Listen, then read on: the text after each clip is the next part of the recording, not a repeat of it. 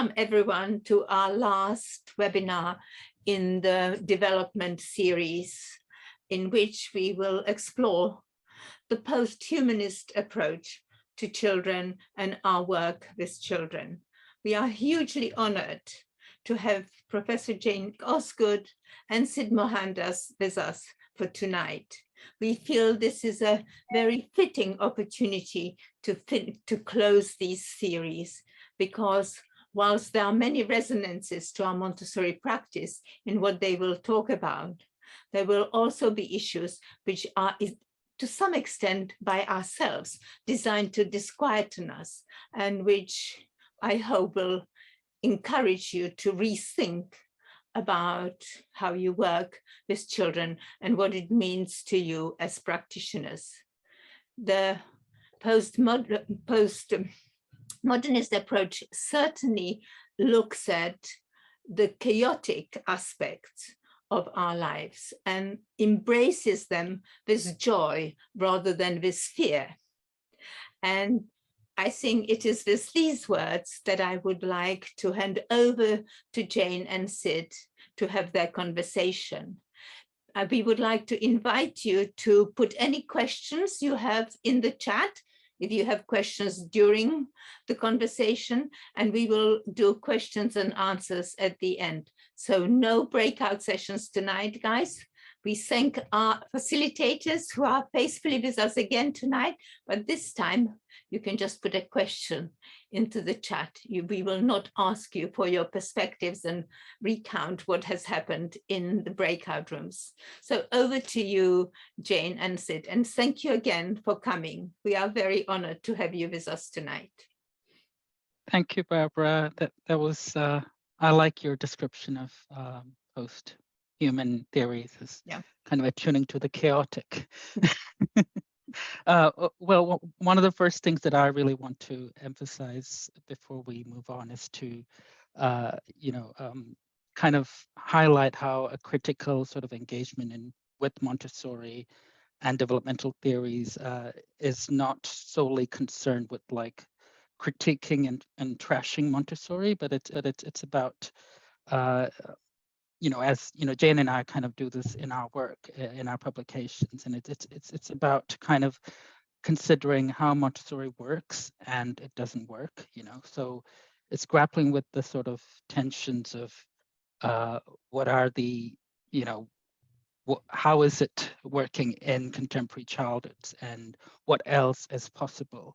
How else can we see it, and how else can we reconfigure, everyday sort of practices with children and adults.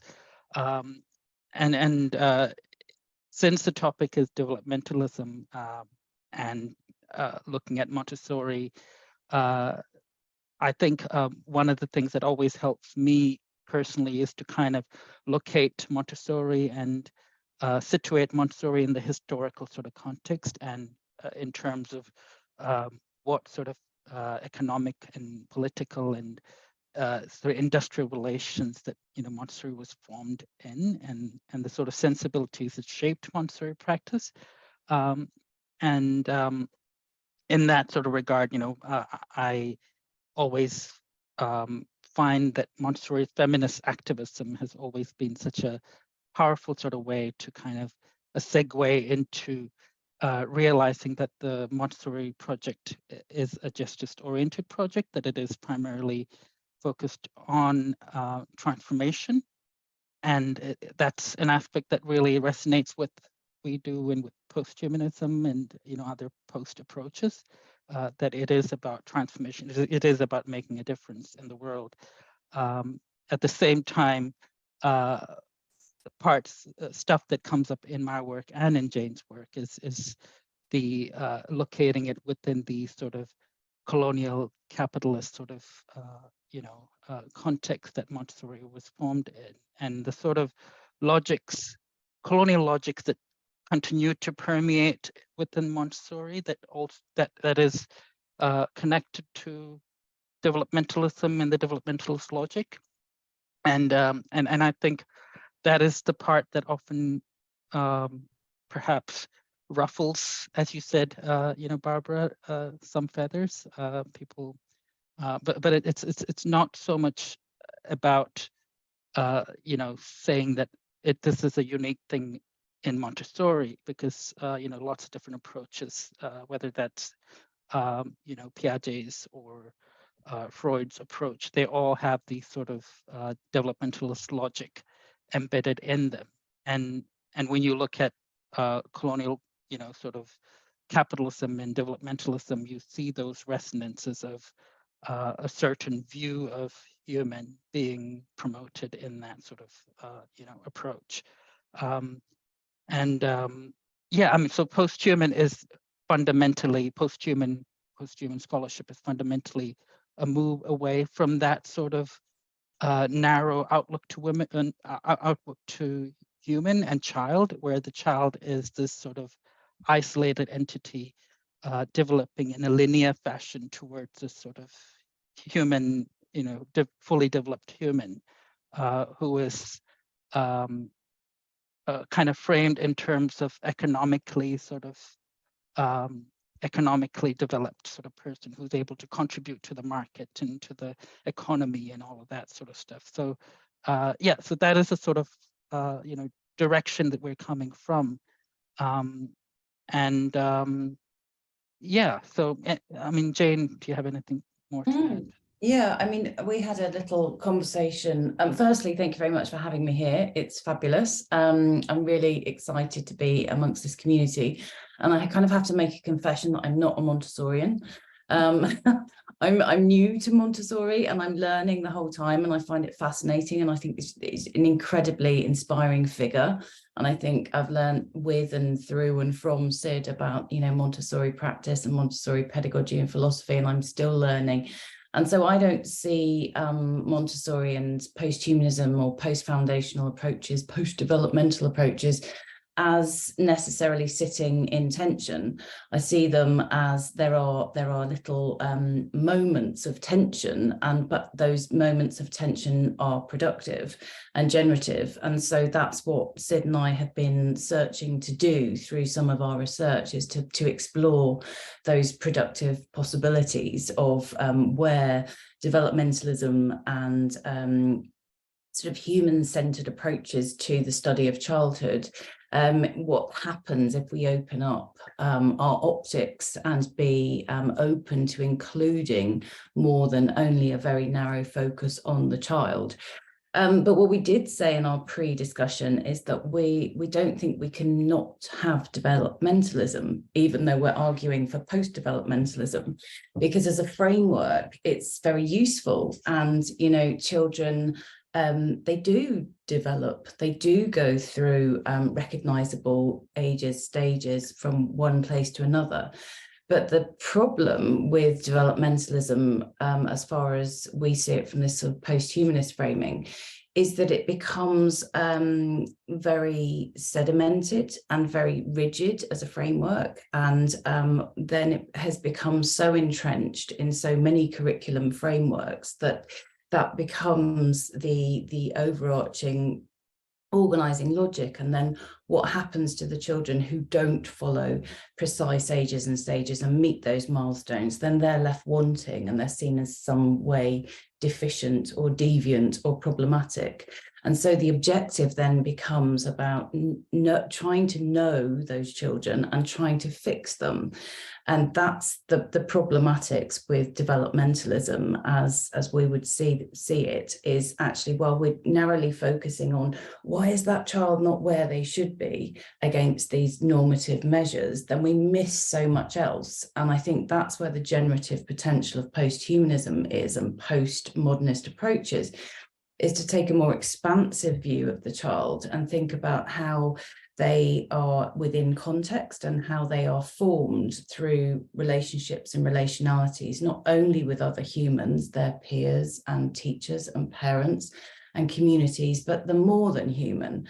And so thinking about the Montessori materials, like the pink tower or the animal figurines, which we've written about, and taking those materialities as more than pedagogical materials and thinking about them more confederately. I don't know, Sid, if you want to kind of pick up there and kind of offer some more insight as to what we did with either the animal figurines or the... Yeah, I mean, there is this feminist scholar, Donna Haraway, that we both think with a lot, and she has this sort of phrase where she asks, you know, what and who do we touch when we touch something? And she kind of speaks of it from the point of view of dogs and companion species. But I think in the animal figurine paper particularly, we do that, you know, and, you know, what and who do you touch when you touch the Pink Tower?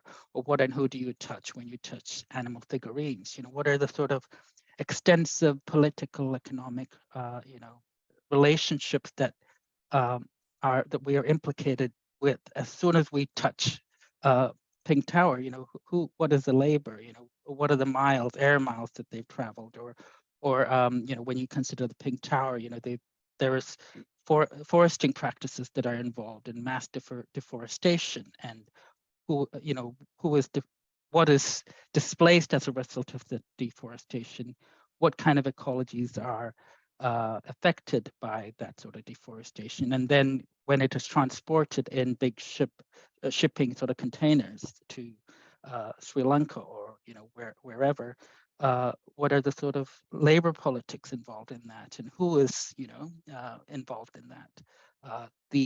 Again, the sort of I suppose, you know, cheap labor that is involved in that, you know, who gets exploited as a result, the sort of carbon footprints involved. So, I mean, there's this endless sort of dilemmas that are connected to just touching a Pink Tower and engaging with the Pink Tower that kind of falls out of view when you just think of that child, and what the Pink Tower does to, you know, for the child's development. While it opened out kind of looks at, you know, what is happening, what else is happening in this sort of scenario or encounter with the Pink Tower. And then often the criticism then becomes, what does this have to do with childhood? What does it have to do with the child?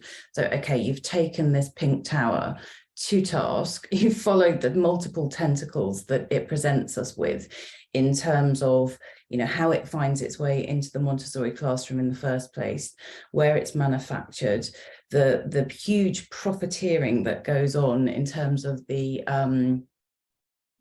market in the Pink Tower, if you like. So, but all of that has a direct bearing to childhoods in a very broad sense and in a very specific sense. And that's what post-human inquiry enables, is this kind of microscopic and very broad Haraway speaks about tentacles following tentacles and tentacular thinking.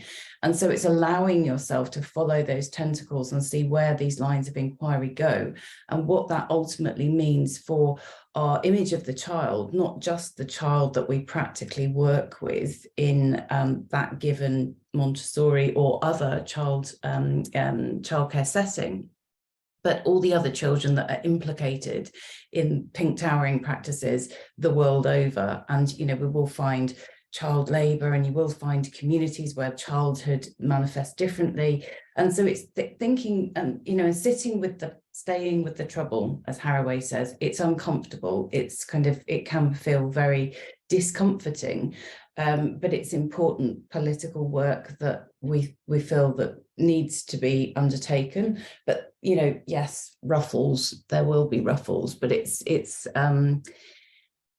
another way of grappling with what we imagine child to be, that takes matter and relationalities and affect very, very seriously, and it's the child's connections, multiple connections in all of these complex and sometimes joyous moments and encounters.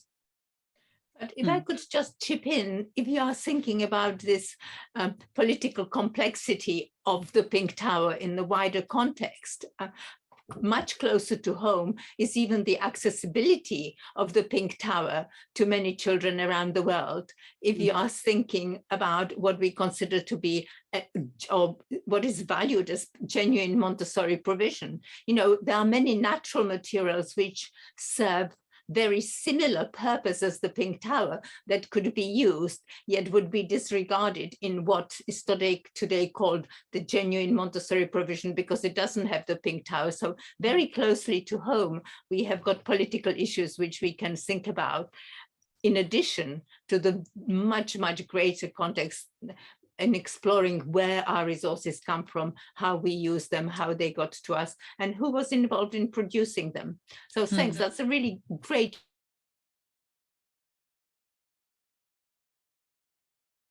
Right. Yeah, and I mean, I think if it's there are these questions around, like, I mean, there's this work by Vikele Shumalo and Mariana Villanueva on decolonial waters, and they actually take up water as sort of a sort of object or sort of material to think with, and how in our everyday classroom, you know, we have water tables or water in the jugs, and you know that we pour back and forth, and they kind of consider how a colonial sort of extractivist logic is kind of embedded in the fact that, you know, water is used as a resource to develop the human, the particular sort of version of human that we think of, rather than thinking of, you know, what are the sort of reciprocal relationships that are involved. I mean, the drinking water kind of goes, you know, into the body, and it kind of, you know, we are bodies of water, and those kind of separations between the human and water, you know, that's probably another aspect too. I mean, everything it's not just a Pink Tower is what I meant, you know, everything that we are engaged with is implicated in so many different stories and politics. Yeah, I guess that is absolutely the point, because I've research that I've done that has been done in non-Montessori state-run nurseries, where, you know, it's kind of honing in on moments of encounter that arrest your attention for whatever reason. And so one paper I've written is around babies engaging in multisensory play with noodles. And it's around about the time of the Chinese New Year, so it was intended to be a mark of celebration of a festival, and these babies are very engrossed in this noodle play, but then taking the noodles seriously, and that's not discounting the significance of the babies and child development and multisensory, but there's so much else going on in that moment. So kind of tracing it from the noodles, what the noodles are, how the noodles got there, the fact that they were cold, the fact that they were sticky, the fact that they were sticking themselves to the mat that the children are sitting on. Then what happens? They dry on, so they have to be chipped off. And then that's a whole set of labour practices for a female workforce. So you see how, you know, from the very minute moments, the story starts to unfurl in a way that tells us all sorts of things about how policy, gender, workforce, laws, you know, all of these things are always unfolding in seemingly not very much. So Sid, I don't know if you want to talk about your tea. So Sid in their PhD thesis has a chapter devoted to tea, and you would think, what on earth does tea have to do with a gendered workforce in Montessori classroom? But it is so fundamental and opens up so many ways in which to explore more intricately and both in depth and breadth. So maybe you share the tea hot policy tea. Well, there is an entire chapter on that, yes. Yeah, I think at the setting that I did my field work at, there was this instance where children were playing in the mud kitchen with, tea party and all of that. And simultaneously I was brought a mug of green tea. I'm not a big fan of green tea, but but anyway, so as soon as that happened, all these sort of affective sort of feelings around my relationship with hot tea and policies around hot tea, as in, there in some schools, in schools that I worked at before, they had hot drink policies, and you couldn't drink hot tea in proximity to children. You had to be standing in a certain corner, so the hot tea didn't fall on children and all of that, and then you had to put a kind of a cap on top, so as soon as that happened, it's like, oh, what about all the children? And is this going to accidentally fall and tip into these children and hurt, kind of burn them or whatever? And it was quite a remarkable sort of thing, because I saw all the other staff members kind of just put the tea on the ground and tea on low surface, and I'm like really jarred by that sort of experience.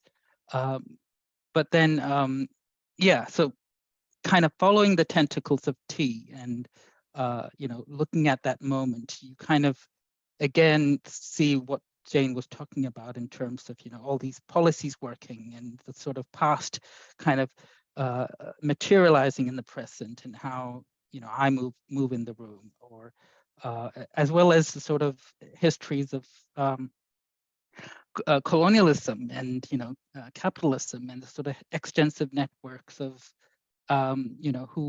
who are involved in the production of the manufacture and the planting of teas in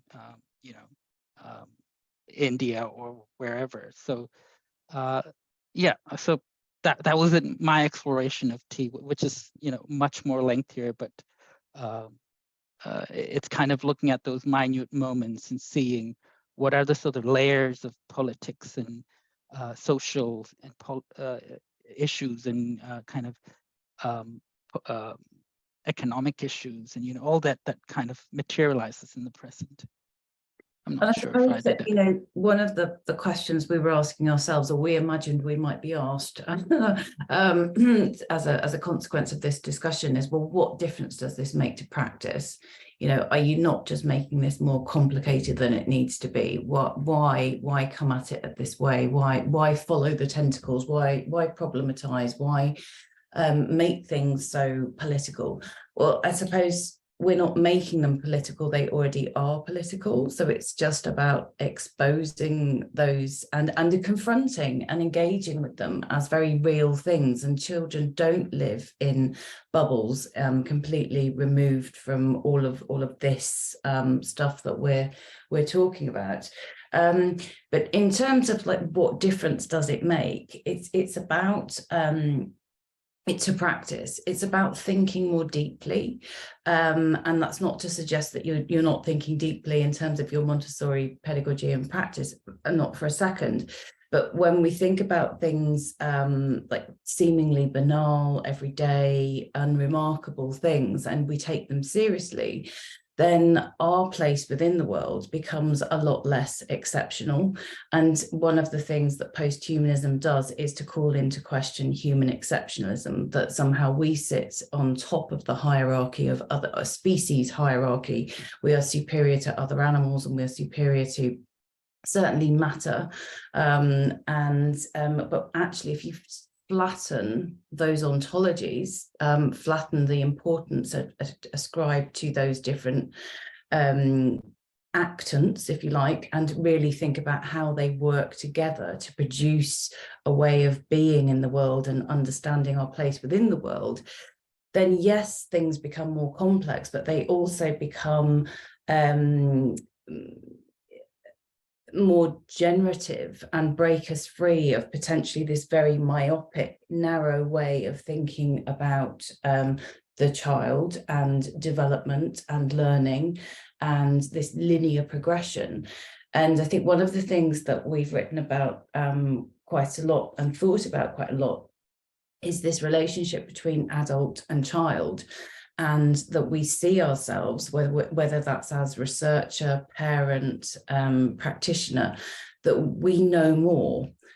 We are the experts. And this kind of approach, this post-humanist approach, which actually does chime with some of Montessori's writings, is to think about what we can learn with and from the child, and to kind of put ourselves into a place of vulnerability and a willingness to say, we don't know everything, and we don't have to claim that we know everything. If we can be open to unlearning and relearning and learning with these kind of moments that hail our attention, and thinking with the child rather than assuming that we can decode, understand, identify the shortcomings and then fix that child against this normative developmentalist measure, then at the beginning, Barbara said, you know, this is chaos and joy. I think approaching early childhood in this way becomes so much more joyful, and it gives you a permission as an adult to kind of put aside that baggage of being expert, all-knowing and the fixer of things, because actually things aren't broken, they're unfolding and emerging, and we can learn with and from each other. So that's where it becomes joyful. But we recognise that from the outside looking in, we can also look a little bit ridiculous. Why are we making these things central to our investigations? But this is where the philosophy and kind of thinking deeply with the significance of the seemingly insignificant can make a huge difference. But it does look unrecognisable. It looks like, you know, I often recount this story of going into a nursery on my hands and knees. In fact, it was the noodle babies. I have done other research, but that stands out as a pivotal moment in my post-humanist research, when I was trying to be open to not reading what I thought I could see, and being open to what was unfolding and what was hailing my attention and what was troubling me, and following these lines. And so I was crawling around on my hands and knees in my socks, and all these noodles were getting stuck to me. And then I spotted this slime of snot inside this sort of cubbyhole box that the babies had obviously gone in, had a great time and smeared it all over. And I was just transfixed by this blob of snot. So I was crawling inside this tiny box and took a photo. And one of the teachers sort of tapped me on the shoulder and said, "Are you sure you have a degree in developmental psychology?" And I was like, "Absolutely not. No, I don't." It's almost like, you know, what on earth are you doing? How is this research? So it really is very disorientating to undertake research in this mode, but even more so when you're there as a practitioner with, you know, years of experience, and then there's this seeming inexplicable behavior of a de-centered adult human with some degree of expertise, but trying to put that to one side to be open to what else is unfolding in the moment is a leap of faith for everyone involved, I think. Yeah, and sorry. Well, go I ahead. remember in our pre-conversation, our pre-conversation about how we talked that this must be a SID word, possibly. I think you said something like that when our lives are squiggly, we tend to want to straighten it.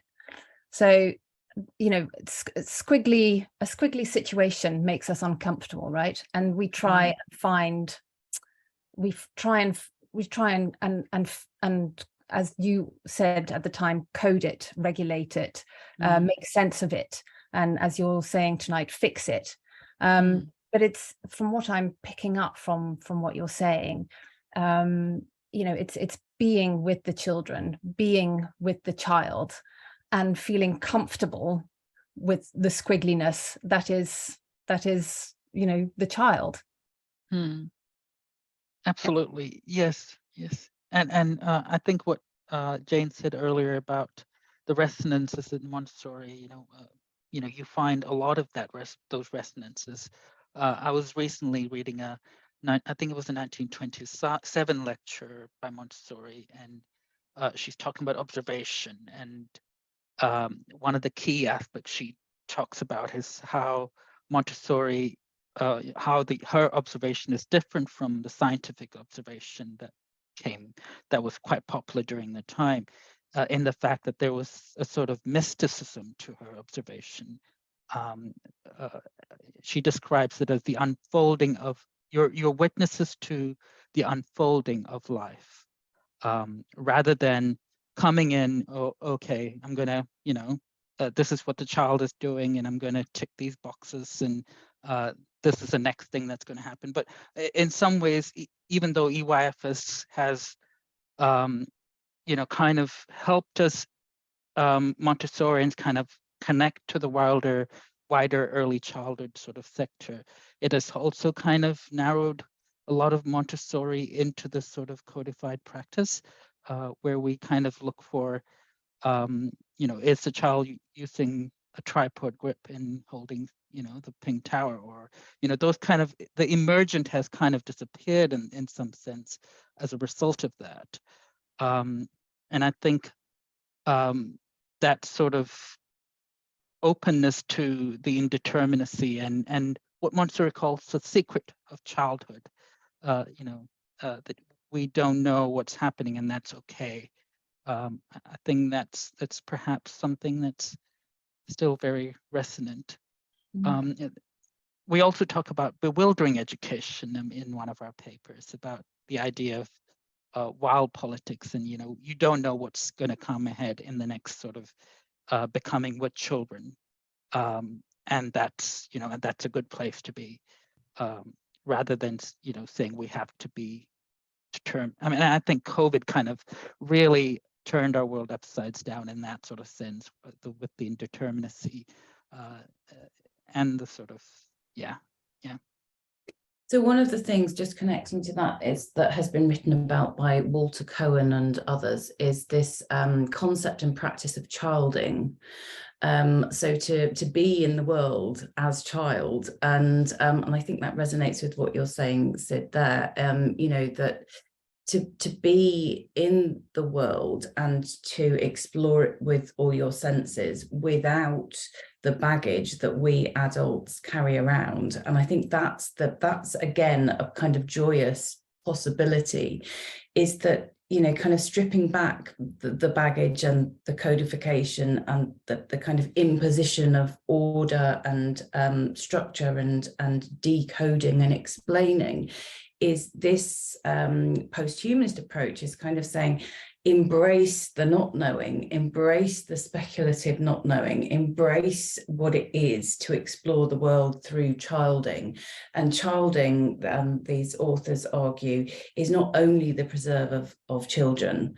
It's a verb, it's a doing, it's something available to all of us. And I guess me crawling around on my hands and knees photographing slime in the back of a box, and that it's embracing that, but it places you in a position of vulnerability. But what it also does is to place you in a space of being able to learn again, to tune into, and to kind of really absorb what's unfolding, without this need to put it in a box and tick and that's that, and recognize, and therefore move on to the next thing. So it's about dwelling in these moments and sitting with what they present, not with kind of recognizable set of answers or explanations, but with further provocations and something to think with. So it becomes actually a way of life, you living life in another key, which is actually can feel really liberatory as an adult when you are kind of given permission to be curious, to be carefully curious, to be inquisitive, and to recognize that you cannot and will not ever know everything, and it's not your responsibility to fix things that aren't necessarily broken. So to me it feels like a really responsible way to live life as a human with regard to non-humans, other than humans, and to kind of and I think again, Sid, maybe you can take us directly to where Montessori says this, because I know you do some of this tracing, but she says similar things about her conceptualization of the child and how as adults we can learn with and from. And so I don't know, I'll hand over to you. Yeah, I mean, I think Montessori sort of, I mean, cosmic education is particularly there are lots of resonances there in terms of seeing the interconnectedness of things and seeing that, you know, we're not the most, well, that we are connected to other non-human entities, and that we live in a world and the child is, you know, the child is part of that world. But then again, when you look at cosmic education, there is this whole idea of the human being the crowning creature who is uniquely capable of transforming the earth. And you find, like, when you look at her concepts of supranature and all of that, you know, it talks about the human taking from nature and transforming it into a particular view of development, you know. And I think that is, you know, that doesn't align with post-humanism or, you know, a lot of critical approaches where, you know, there's that extractivist sort of logic there of where, you know, the human is the most important anthropocentric sort of, you know, logic that's so embedded in that. So it kind of moves away from that into looking at a more opened out sort of view of, you know, almost being attuned to the ecological crisis. I mean, it is attuned to the ecological crisis that we're in, and what narrow view of focusing on the individual, focusing on the sort of on human alone or human child in a certain way, kind of the effects that it has on our collective, you know, being, if that makes sense.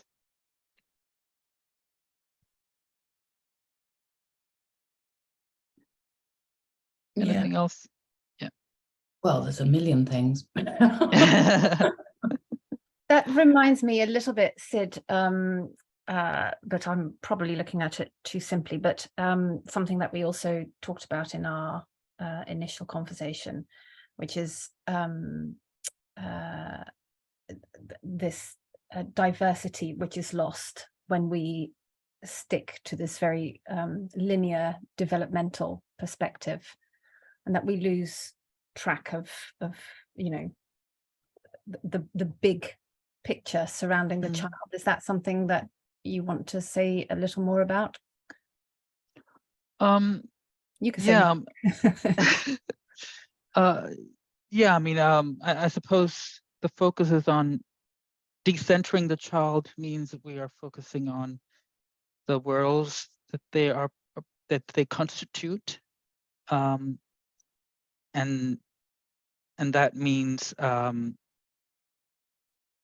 yeah, and that means trying to see that the child is formed through the sort of is relationally constituted through you know, wider sort of like Jane said earlier, through you know, the family, and through the educators, and through I suppose the non-human world that they're part of, and in some ways, a lot of these post-human theories and post-foundational theories are fundamentally concerned about disrupting a lot of those binaries that exist, like between the child and the world, and child and adult even. So yeah, and I think one of the things that really helped me in kind of looking at encounters at the nursery was to see that how different aspects in a particular encounter contribute to that phenomena. I mean, there is this example from my thesis where I'm holding this iPad and taking photos of it. You know, I see this child with the color tablets, color tablet 3, And as soon as I go and take a photo, I sense this sort of parent who was settling in their child, really concerned about me taking a photo. And so I hear them ask, "Oh, what are they doing with the, what are they doing? What are they going to do with the photos?" And so, I mean, in that sort of instance, it was really interesting to see how it was an assemblage, a coming together of different elements. It's me, the camera, the child, the nursery setting. All of these are agentically kind of producing that sort of moment of suspicion. And if we can kind of move away from a human-centric sort of view of, it kind of brings in all these agentic elements of the camera and space and all of that work together to produce something rather than, just me and the camera, if that makes sense.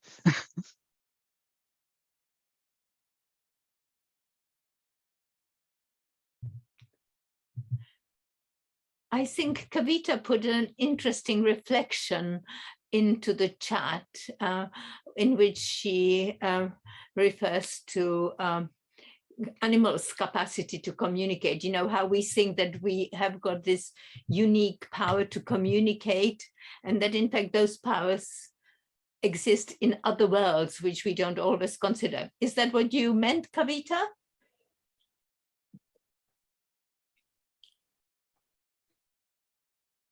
Yes. Hi, Barbara. It is. I was thinking actually about, I think that the really large grouping of trees, they're aspens, right? And they communicate in the way fungi communicate, and The mycelium, yep. Right. Mm. So I have nothing particularly clever to say about it other than I think about this a lot, in especially when I come across some of those elementary charts, and I think about how it's our responsibility to update them and to even use them just as moments of opening conversation and not necessarily materials to learn from, but as a starting point to discuss what do we know now. And it's okay. It's okay that we know something different now, because when you grow up, you're going to know something different than we know now as well. I think and that's also decentering ourselves as adults, that we're not the holders, the gatekeepers of all knowledge. Yeah, I think that's a really beautiful example, actually. And thinking about the aspen trees, but it's not, and the fungi, so it's the multi-species flourishing, that all of that has to work together. The aspens wouldn't work without the fungi, wouldn't work without the ants, wouldn't work. So it's about, the kind of ecological thinking, I suppose, in some senses. But absolutely what you say about, this troubling and scratching beneath the surface and using materials and moments of encounter as something to think with and then explore further. And one of the kind of core things about post-humanist approaches to childhood is this idea or concept of world making, that children are active in world making. They're not there simply to absorb, but they are active. So, that example is really beautiful of how that moment can be a world making practice. So it becomes about producing new knowledge, not simply absorbing the prescribed knowledge that will then produce the child that will develop according to some normative idea about where the child should be. So that's exactly what we're advocating, really, is, but that isn't, as I said, that isn't the sole preserve of children. We can do that too, and that's where it gets really exciting, I think.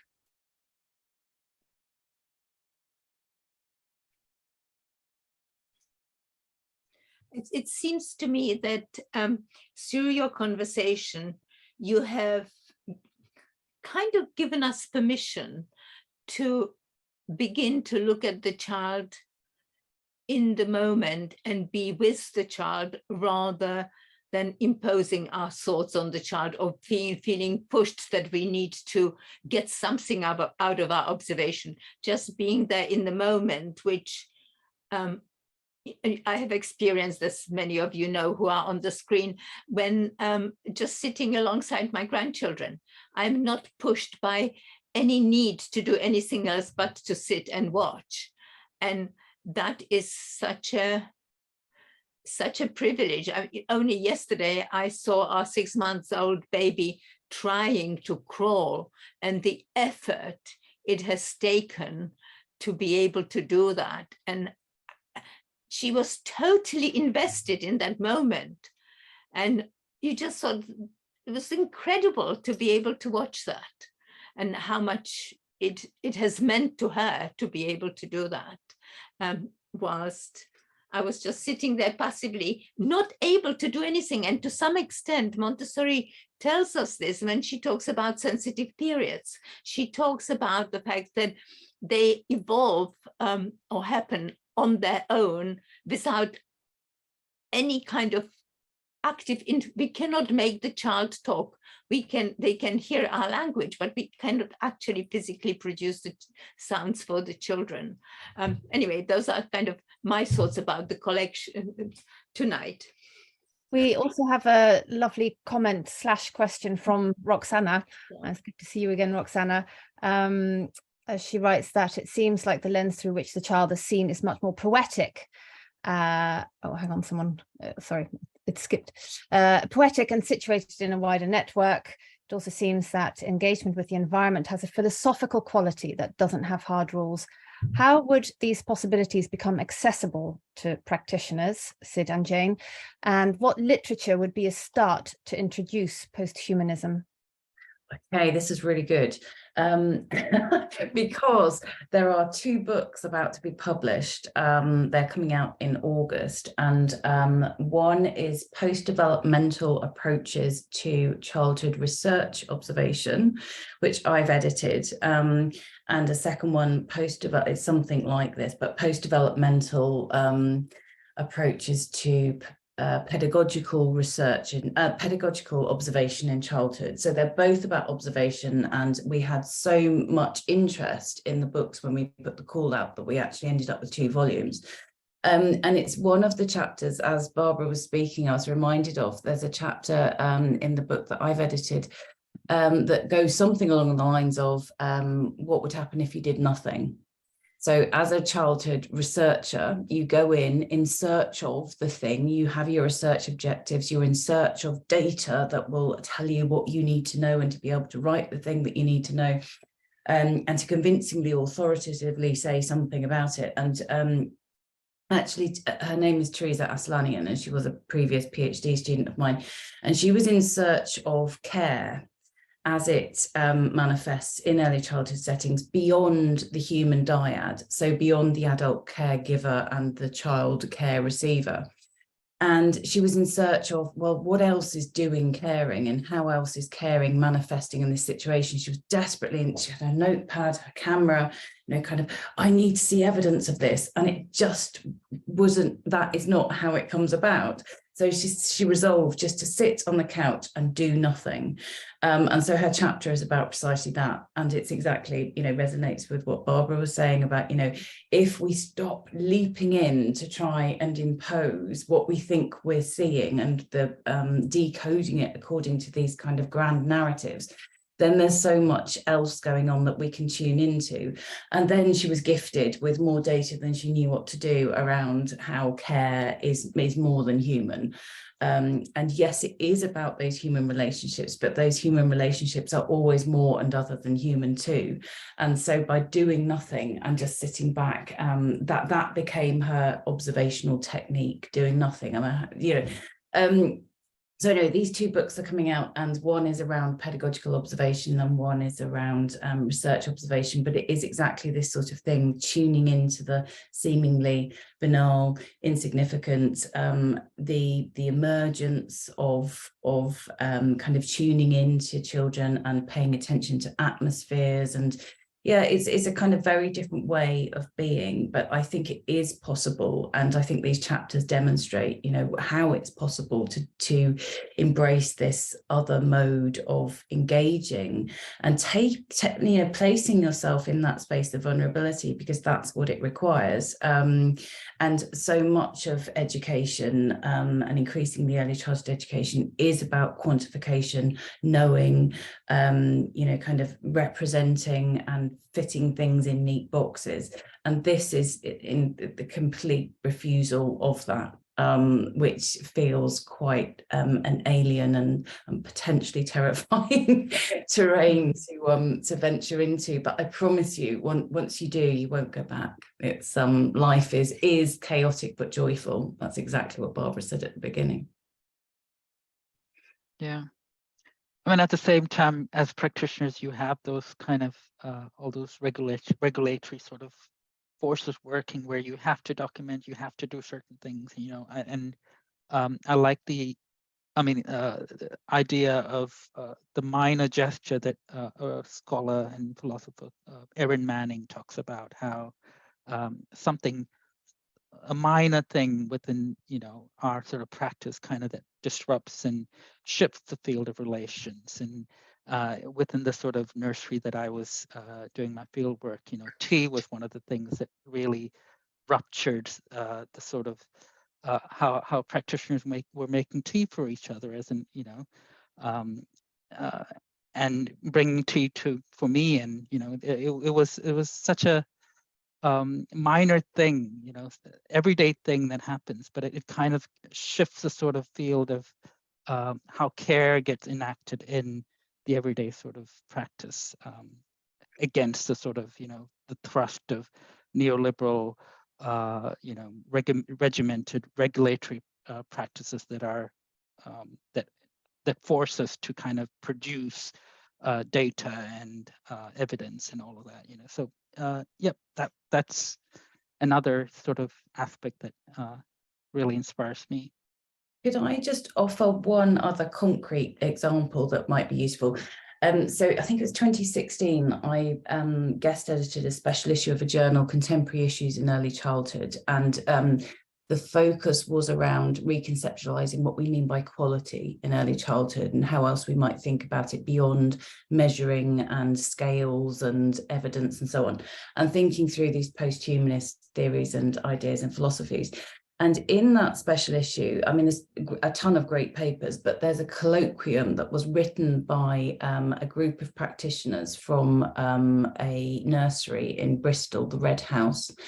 And they wrote about how they had approached these neoliberal demands for Ofsted inspections and accountability and, you know, the EYFS, and how they had navigated that and resisted it. So rather than putting together their strategic plan with, you know, box 2.1 to 2.5 on the environment to be ticked, they wrote a story called Violet's Story. And the story is multisensory, it's fictional, it's fantastical, and it's about this young girl coming to the Red House and her multisensory experiences of arriving at the door, how she was feeling inside, how the place welcomed her, the smells, the textures, the practitioners, the humans, the non-human, the more than human. And Violet takes herself to a sensory shelf and engages with these pebbles, and then she has a nice meal. And it's all about, you know, the kind of how we can reimagine quality whilst also pushing against these kind of seemingly insurmountable and pressures to perform quality in a particular way. And they were rewarded an outstanding Ofsted grading. So it's possible, you know, it's really, it is possible to kind of to be brave and vulnerable and chaotic and joyful. Margaret, I just want to say that there's a rather large scholarship, Indigenous scholarship within that, you know, that proceed from Indigenous philosophies and cosmologies that work with and resonate with post-human approaches. Yeah, I mean, there quite a lot of that, and it kind of really resonates with that. So Sid is just responding. I don't know if you've all seen Margaret's lovely comment, and also Margaret, thank you for sharing. I imagine it's the chart that Mario used to talk about cosmic education, which I will share in the email tomorrow. But Margaret also says how she's curious about how a post-humanist way of thinking is aligned with many Indigenous teachings. And Kavita, so it's quite a lovely side conversation in the chat bar. So if you have time to have a quick read, it's lovely to see. But about the Indigenous and non-colonial traditions that are oral, and to consider these as well. Yeah, can I just quickly say that is a raging debate, because new materialism has, you know, been critiqued on the grounds of what's especially new about it, and frankly not very much, because Indigenous cosmologies have been working in this way with our connection to Earth, the cosmos, and everything in between. So, you know, and what I'm, you know, a white Western academic, you have to be very careful not to appropriate these ideas and to think about how you work with them in respectful ways. But there are huge overlap and massive resonances with precisely those ways of being in the world. And worlding, in fact, is an Indigenous practice and philosophy and way of being. So yes, absolutely correct to raise that, and it is a very important point. Perhaps for those of you who are UK practitioners joining us today, this idea of creating stories about the children's experiences in your nursery would be a very, very useful tool for you in preparing for your Ofsted inspections. And it is a fantastic example that is now almost 7 years old, pre the new framework, but telling stories is extremely powerful. So please try to do some of that to demonstrate the quality of what you are offering to the children. I particularly liked your reference to this idea of what we understand by care, because it is far greater than what is generally perceived as care. And this care for each other and care of holding each other in mind, which is so fundamental to our relationships with children, I think for me is an incredibly important aspect of being with young children.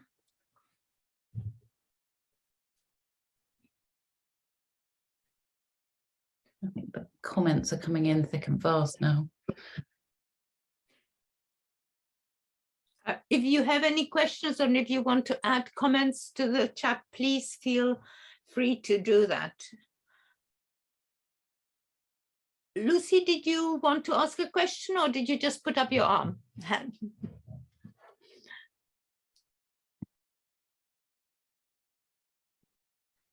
Perhaps we could, this may be an opportune moment to close, as you are all engaged with your own thoughts and with grappling with some of the ideas which were shared by Sid and Jane. I hope there is some disquiet, but also a lot of resonance and reassurance that it is possible to see children in many different ways, and that perhaps you would be tickled to explore Sid and Jane's way of looking at children. Thank you, everybody, for engaging with us in the developmental series. Our last session this summer will be in a couple of weeks, on the 20th of June. We do not have theme. Come to be surprised. Thank you very much, everybody. Thank you, Jane. Thank you, Sid. And thank you to all of you for joining us. Thank you.